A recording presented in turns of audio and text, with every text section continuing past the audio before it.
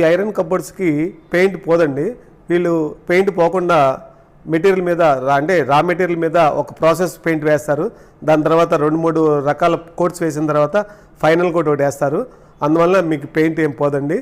మన మెయింటెనెన్స్ కూడా జాగ్రత్తగా అప్పుడప్పుడు మనం తుడుచుకుంటూ ఉండాలి. తర్వాత ఇంకొకటి, ఇది 10 సంవత్సరాలు ఈజీగా గ్యారంటీగా పనిచేస్తుంది.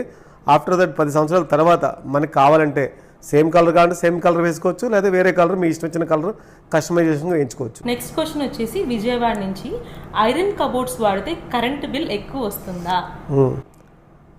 ఈ ఐరన్ కబోర్డ్స్ ఉండటం వలన కరెంట్ బిల్ ఎక్కువేం రాదండి.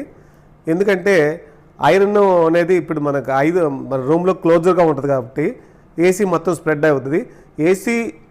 ఏసీ స్ప్రెడ్ అవ్వడానికి ఒక టైం తీసుకుంటుంది, 15 నిమిషాలు 10 నిమిషాలు తీసుకుంటుంది కదండి. అంతే టైం తీసుకుంటుంది.